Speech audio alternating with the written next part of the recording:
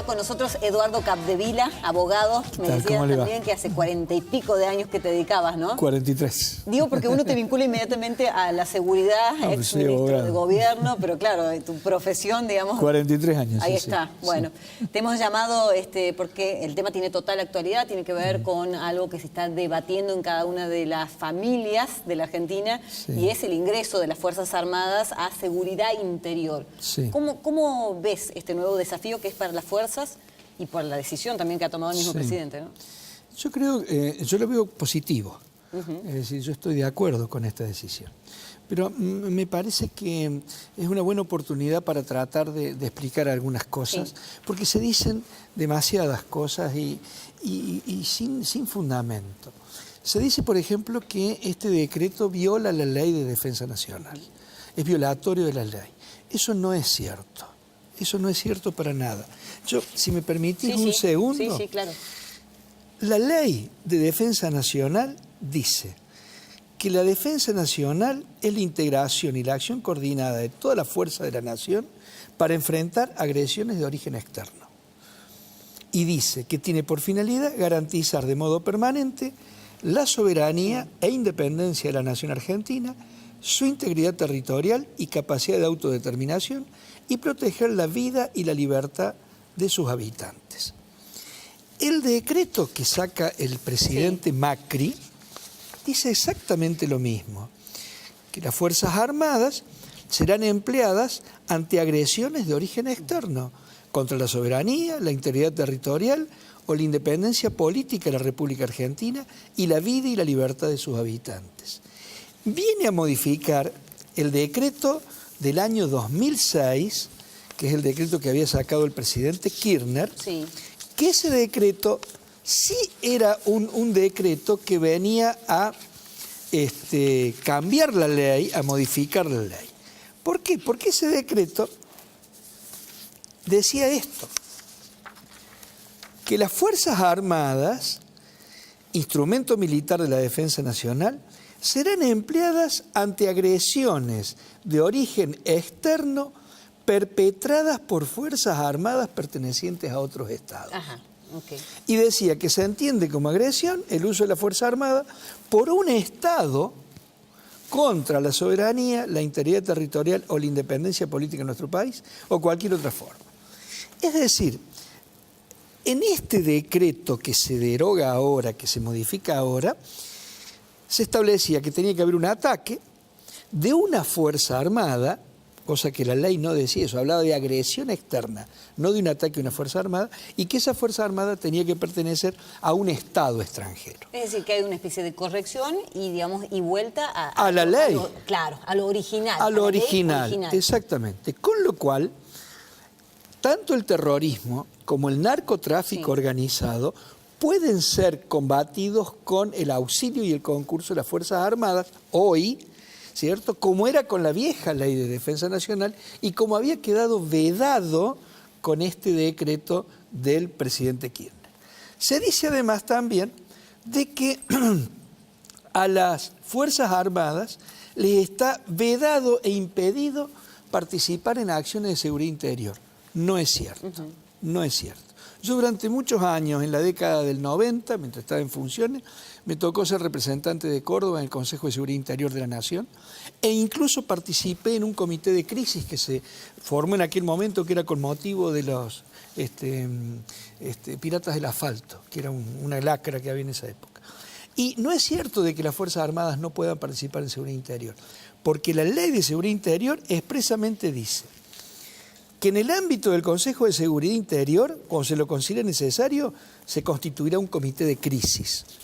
Y luego dice que el Ministerio de Defensa dispondrá, en caso de requerimiento del comité de crisis, que las Fuerzas Armadas apoyen las operaciones de seguridad interior mediante la afectación a solicitud del mismo de sus servicios de arsenales, intendencia, sanidad, veterinaria, construcciones, transporte, así como los elementos de ingenieros y comunicación. Bueno, no se está modificando nada, se está utilizando elementos que ya estaban establecidos en la ley. Entonces, eso es lo primero que me interesaba. ¿Y por qué la oposición, por ejemplo, pretende que todo esto pase primero por el Congreso y sea aprobado? ¿Tiene que ver con la ignorancia? A ver, yo creo que hay mucha gente que está opinando en esto con una gran ignorancia. Claro. y otras personas que lo están haciendo con intereses políticos. Es así de simple. Sí. Yo particularmente respeto totalmente la opinión de alguien que me diga no estoy de acuerdo con esta decisión. Perfecto, ¿cierto? Pero no que me digan Claro, que no es ilegal. violatoria de la ley. Exactamente. A ver, quiero llevarlo a un caso concreto, ¿no? Para Sí. ver de qué manera actuaría cada una de las Sí. fuerzas. Supongamos, el acuartelamiento que tuvimos aquí en Sí. Córdoba. Digamos, ¿cómo actuaría en ese caso cada fuerza y en qué caso se pediría la intervención de Fuerzas Armadas? Ok, vamos a aclarar. Vamos a hacer dos... O algún ejemplo que sea, Sí, digamos... pero está perfecto el ejemplo suyo, pero hagamos dos cuestiones. La primera cuestión es la que tiene que ver con la soberanía, ¿no? ¿Cuándo está afectada la soberanía? La soberanía no solamente se afecta cuando viene alguien y pone una bandera de otro país y ocupa un territorio. No es solamente esa la afectación.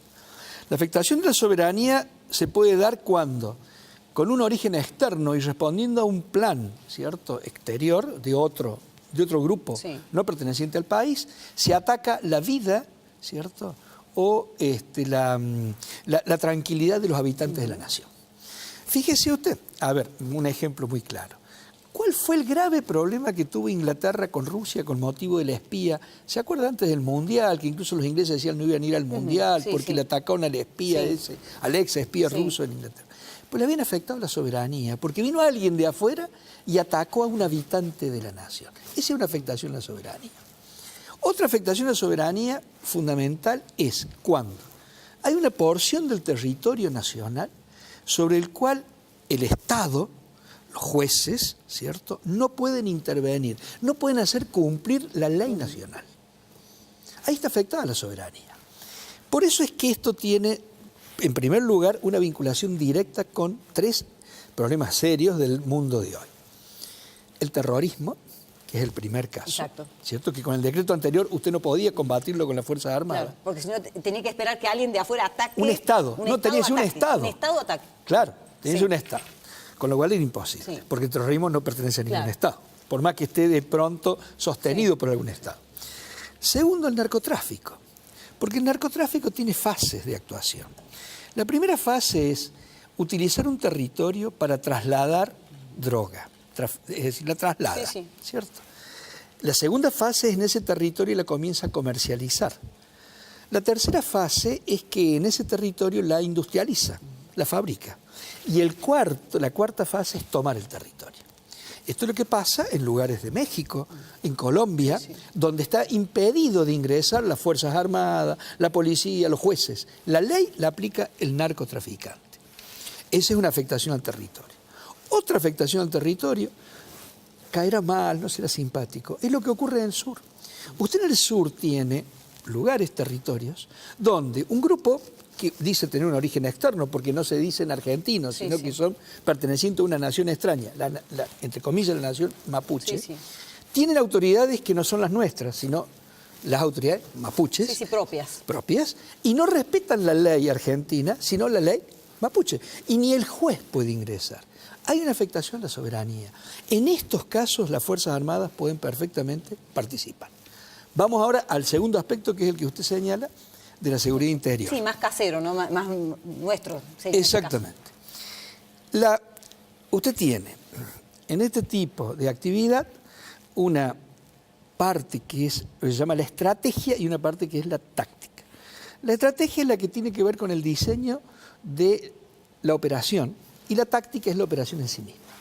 Las Fuerzas Armadas no es que estén impedidas, están incapacitadas para participar en lo que es la operación policial.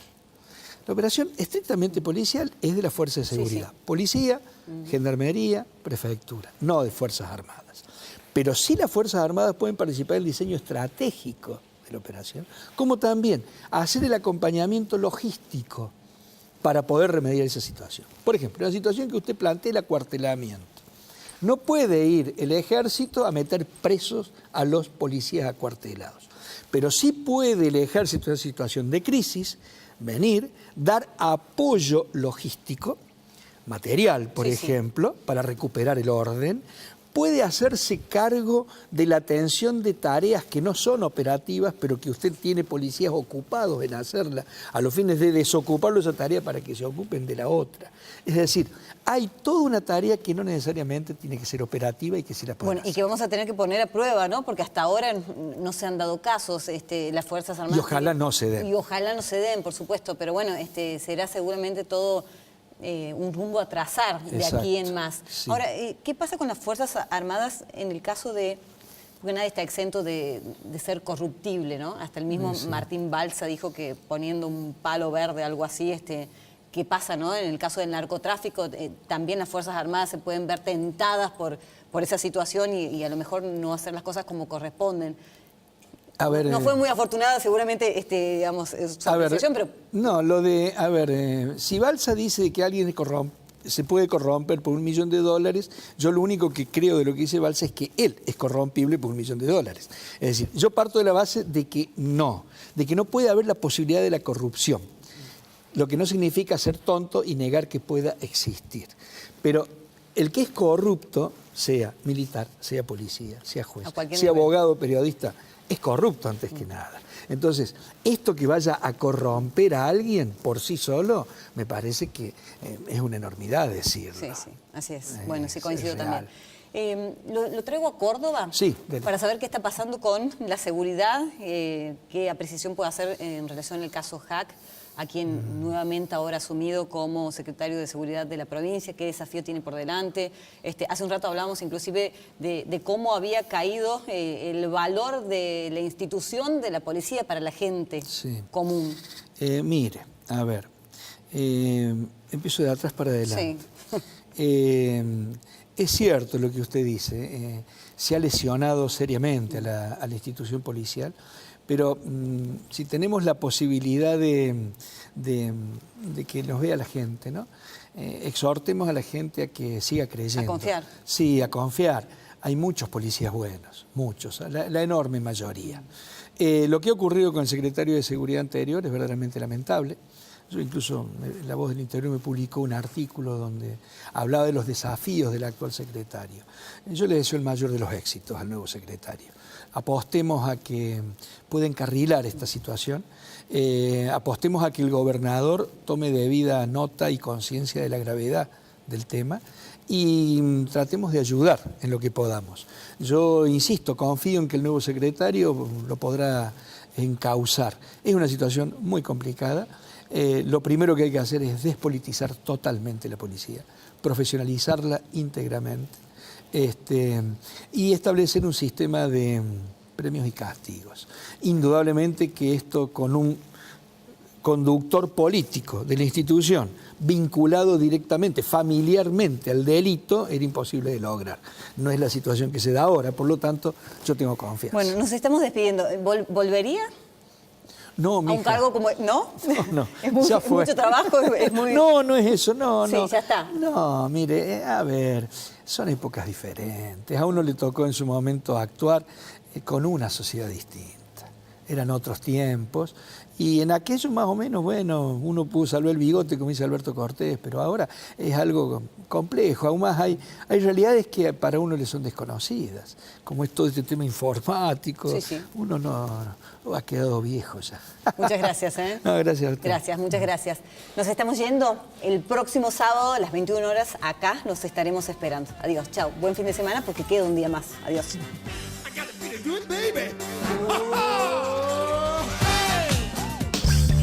¿Querés beneficios y canjear tus puntos por increíbles premios? Asociate sin cargo a Club Personal.